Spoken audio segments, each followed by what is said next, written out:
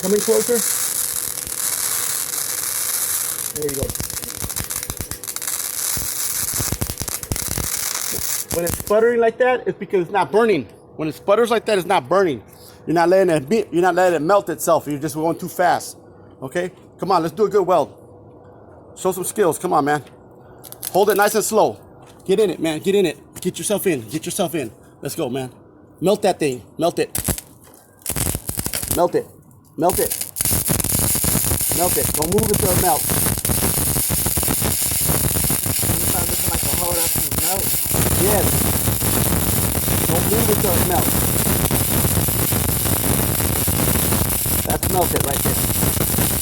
When it's a puddle like that, that's melted. If it's not a puddle like that, you can hear the weld. You see how nice and crispy it's going? It's not like spattering everywhere.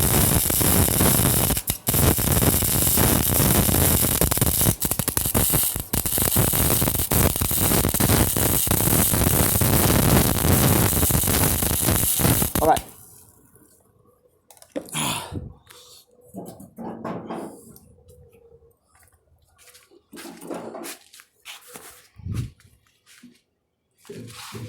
Well,